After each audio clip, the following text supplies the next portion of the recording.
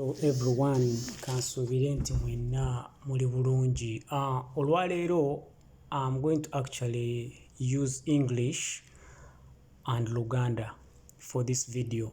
This video is simply going to show you how you can actually view a video description. Egenda kulaga engeri gy'osobola okulaba description. Lwaki nkola eno video eno ngikola lwa nsonga nti njagala wenkugamba nti genda mu video description olabe link eriyo gy'oba oklikingako ekutwale ku private channel osobola ng'osobola okikola oba obeere ng'osobola. So this video I'm actually making it because we are gonna be having some links, expired links that can expire, link to of our private channel to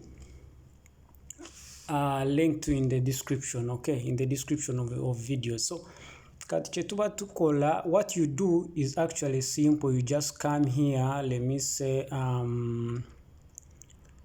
you can come here. Yeah, you can come here on any. I've been putting posters and putting links and putting links. Let me say I've been putting posters, putting links of YouTube, putting links of our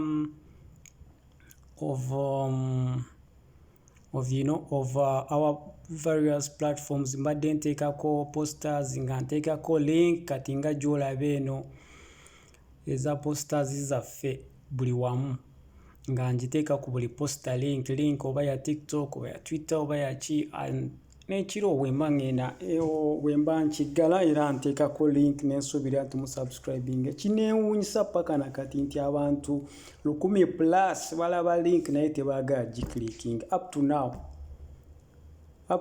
ku bantu abalabye YouTube niwo bagamba nti requests are going to go through the YouTube channel comment section era tebaagala kikola. Okitegeera kyokka balaba link, they keep in the group, bali omwo mu group balowooza they will get the request. It's not going to work. It's not a one-way street. One good turn deserves another. Wemba nzize ekyo volaba nakoze private channel eno bagiyita Mr. Opinion Diehards. It's a private channel. Tosobola gisearchinga nti ogenda wali ogisearching ojoininge newo joining ngenda kulaga lwaki oba tosobola kulaba because I'll still block you though. Seetaaga muno bantu bano bokka be bantu aba following social media. Womanyi nti following social media platforms zaffe nga tonaba kujoininga kweno channel, tonaba kujjamu eno channel kuba eno channel ya abantu abagoberera nti wemba postinze link bagibeerako ndowooza obalaba. So far there are only 17 people, mulimu abantu 17. Lwaki? That's why I'm making this video kuba abalala tebanategeera kigenda mu maaso abo abalala tebamanyi ngeri gya kujjamu mu channel eno. So what do you do? This is what you do. For example, what you can use this. Nogamba subscribe to our YouTube channel. Okay, to subscribe to our YouTube channel, to go to it. Also kujja wano link yiyeze, just you open the link, it will take you straight to our YouTube channel. YouTube channel ejja kubeera bweti, bw'oba tonna subscribinga wano wajja beera red. So you onyiga red no subscribinga, omala okanyiga kana no subscribinga nojja wano ku akadde mukalaba, ojja ku kadde n'okakuba, okitegeera n'ogamba all n'okanyiga. Omala okanyiga kitegeeza nti video buli lwena postinga video wano ku YouTube channel ojja kuba ofuna notification nti Mr. Opinion posting the video, omuntu posting the video ku channel. So ogenda otya ku video description link ginabadde mbagamba okufollowinga mwenna mu abantu followinga ku YouTube. Link eri mu video eno esooka, the first video mugiraba eno video eriko house party Africana. The link is in this video description. Kati okubeera mu video description okikola otya? ojja wano ku video yennyini n'ogiplayinga. Okitegeera? Womala oplayinga video olaba kano ka arrow akali ku on your right hand wansi. Oba oyagala commentinga onyiga wano comment. Mumanyiwo tewali wano mupya ku gundi ku YouTube. So I don't sisuubirako wapya. Then alright, okay. Sasulira, I'm using paid VPN, so you're going to be a little patient. We're more patient. So what you do, ojja wano ku kano ka arrow konyiga. Okitegeera? Mukalabye ka arrow kano wano mu nsondo on your right hand wansi ku video. Wano wali house party, wano waliwo like, dislike, share, create, download. Waggulu waliwo ka arrow kasonze wansi, kasonga wansi wano mukadde. Wano download weggwerayo, naye waggulu waliwo ka arrow kasonga wansi. Oba okalaba kalinga ka V kasonze wansi, oba kalinga ka tick kasonze wansi, konyigamu. Wokanyiga ejja kuleetera olaba ekulage likes eziri ku video. Kyewuunyisa, people come and watch the video, they cannot even like. Kikostinga ki? What does it cost you really? Okulikinga video, what does it cost you? So ndowooza mulaba eno ye link ekutwala ku channel mwabali ku YouTube. What you do, ojja n'otuuka mu description, just nyiga ku link eno. Onyiga link ejjayo bino byejja okukola. My internet is a bit slow. Naye njagadde nti at least tukole kino tusobole okubanga. Kati olondawo Telegram. Okitegeera? Olondawo Telegram.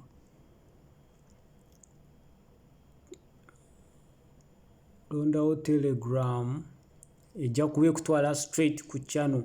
Tejja kuleeta wano straight nze ndeetawo lwakuba nti nze nanyini channel. Ejja kugamba nti join, because it's a private channel. Ejja kugamba nti join. Kati ojoininga n'olyoka oyingira n'olaba. Then bw'onaabanga okozesezza amagezi mangi, how will I know that this guy has not joined oba onotagize? This is what I'll just do for those guys who think that olaba wano egamba join channel. Okitegeera? Kati wojja wano egamba join channel, just join channel. Walinga yakagulawo ku YouTube egamba join channel, joininga channel, then no gira. Then what do we do?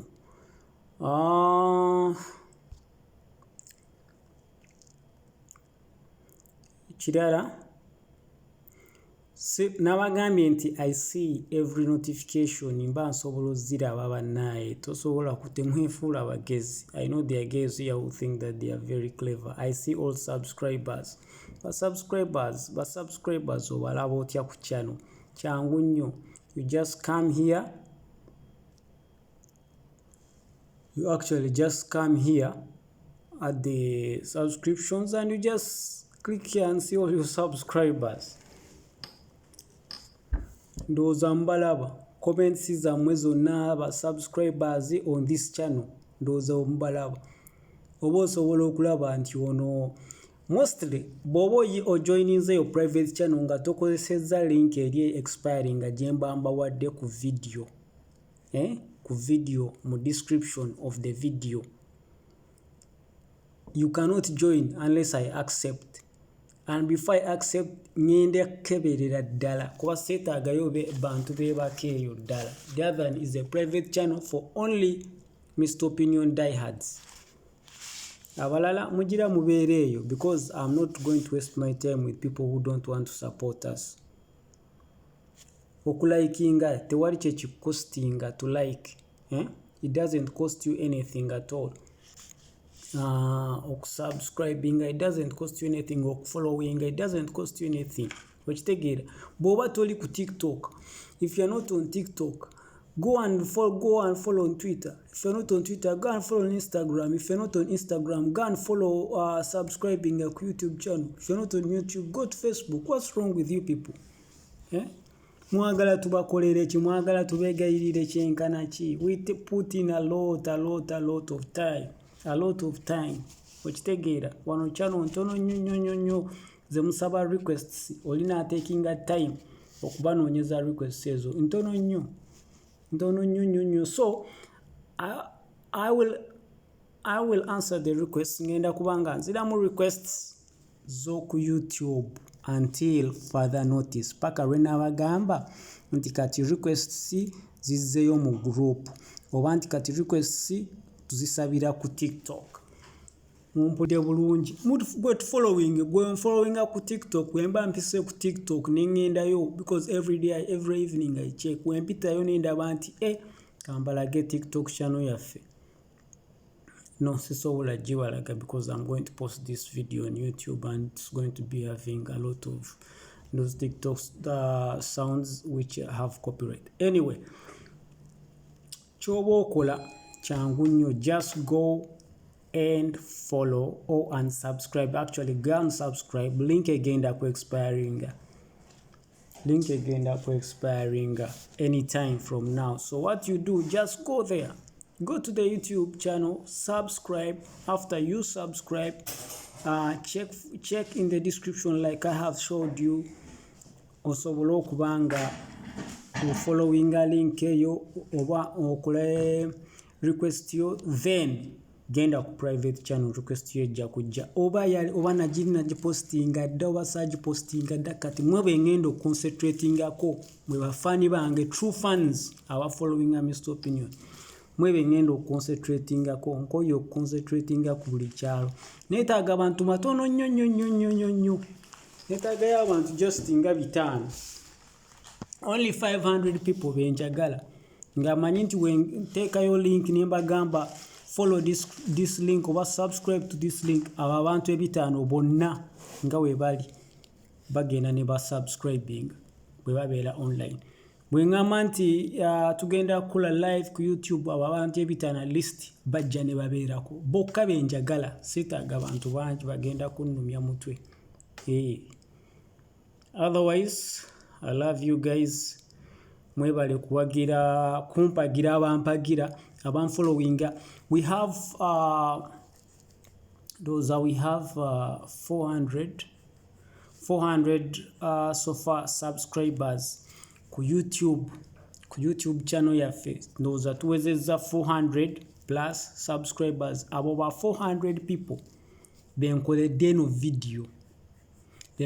video bagende ku description ba following a link bagende balabe requests zaabwe abamu bazinoonya tebamanje ziri. Venom 2 Jerry ya Vijay Junior waliwo yasabye tutu waliwo gwenda bya agamba DJ Young mbute yaggwayo parts endala nzinoonyeza nzifunye wanaabaza jazisangayo. Otherwise namwe abali mu group eryendala abataagala kuwagira mujja kubeerayo naye mujja kuba mulaba birabemu.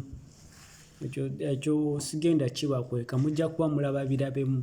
But wowe oyagala obupya olina okusupportinga. You have to support. It doesn't cost you anything. Tewali kyekikosting ate nga nze nkozesa ssente kyemutamanyi. Otherwise tewali yantuma era sibanenya.